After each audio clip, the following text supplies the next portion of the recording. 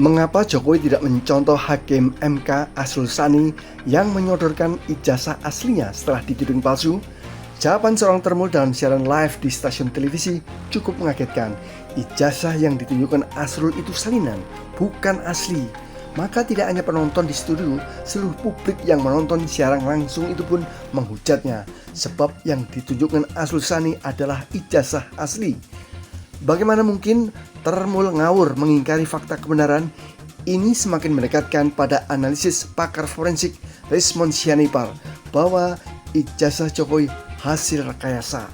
Mengapa analisis Dr. Rismond Hasiholan Sianipar sangat sulit, kalau tidak mustahil, untuk dibantah?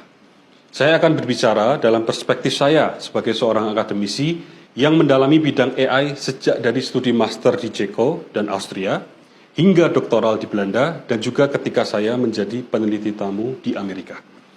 Yang akan saya sampaikan di sini adalah sebuah review ilmiah dan respon saya terhadap puluhan halaman di buku Jokowi's White Paper yang berisi analisis-analisis Dr. Rismond terhadap ijazah Jokowi, menggunakan pendekatan quantitative image processing yang metode-metodenya banyak beririsan dengan AI.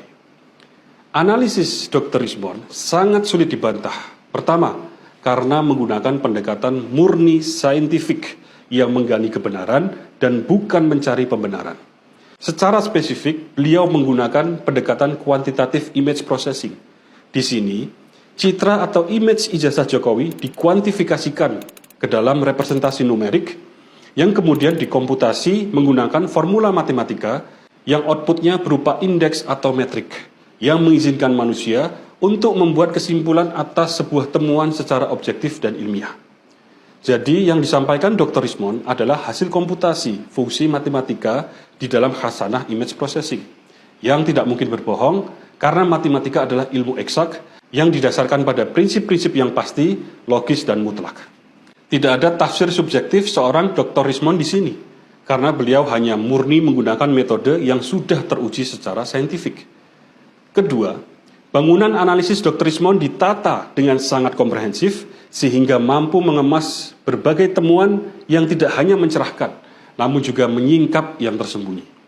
Di sini saya tidak kaget setelah mengetahui bahwa beliau ternyata adalah seorang lulusan Jepang yang meraih beasiswa Monbuka Gakusho, sebuah beasiswa prestisius dari negeri Sakura. Bahwa dedikasi Dr. Rismond di dalam buku Jokowi's White Paper adalah kelas dunia.